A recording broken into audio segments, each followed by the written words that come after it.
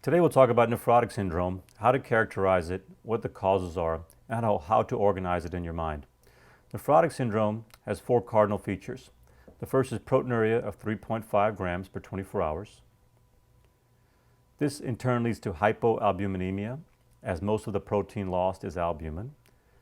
When albumin falls, this clinically presents as edema, which you can see either as ascites, peripheral edema, or pulmonary edema. And in an effort to replenish albumin, the liver starts to make more albumin, but it also makes more lipids, leading to hyperlipidemia. And category 4A, it also leads to the production of more clotting factors. In addition to losing clotting factors like protein C and protein S, the overproduction of clotting factors leads to hypercoagulable state, and patients with nephrotic syndrome often present with clots.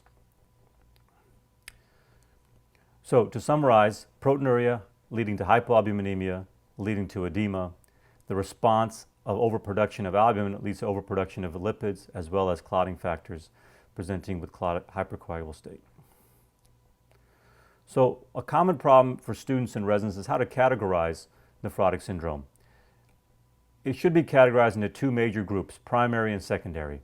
Primary means what you would see on a kidney biopsy in any patient with nephrotic syndrome, and secondary refers to a cause leading to one of those histopathologic diagnoses. These include minimal change disease, focal segmental glomerulosclerosis, membranous nephropathy, and MPGN. So to reiterate, if a patient presents with nephrotic syndrome and a kidney biopsy is done, one of these four diagnoses will be the answer. The only clinical question now is it primary or is it secondary to something like diabetes, lupus, amyloidosis, multiple myeloma, HIV, or sickle cell disease.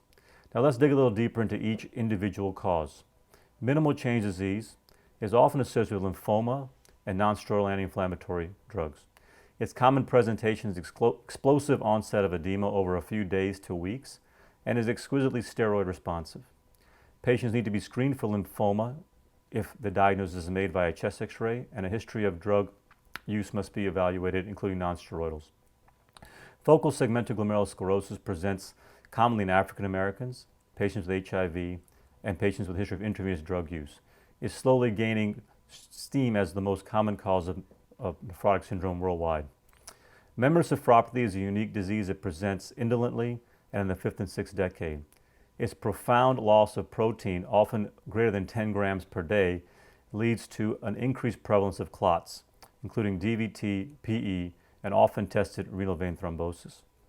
Membranoproliferative glomerulonephritis is associated with hepatitis B and C, and MPGN can also be a cause of nephritic syndrome. In terms of the secondary causes, diabetic nephropathy is clearly the most common cause of nephrotic syndrome. Patients with diabetes cannot be biopsied all the time, so it's important to find other surrogate markers for disease. The number one marker includes retinopathy. If a patient has retinopathy and proteinuria, they almost certainly have diabetic nephropathy. If a diabetic does not have retinopathy and has proteinuria, other causes must be investigated. Lupus presents multiple ways, one of which is nephrotic syndrome, categorized as WHO Class 5, and an ANA is needed for the diagnosis. Amyloidosis and multiple myeloma are sister diseases and can be diagnosed with the use of SPEP and UPEP. HIV-associated nephropathy is a nephrotic syndrome similar to diabetes in presentation and can be evaluated by screening, just as sickle cell disease can be evaluated by screening. So in summary, nephrotic syndrome has its four cardinal features plus 4A, as I've described, and can be categorized into primary and secondary causes as outlined below. That's nephrotic syndrome.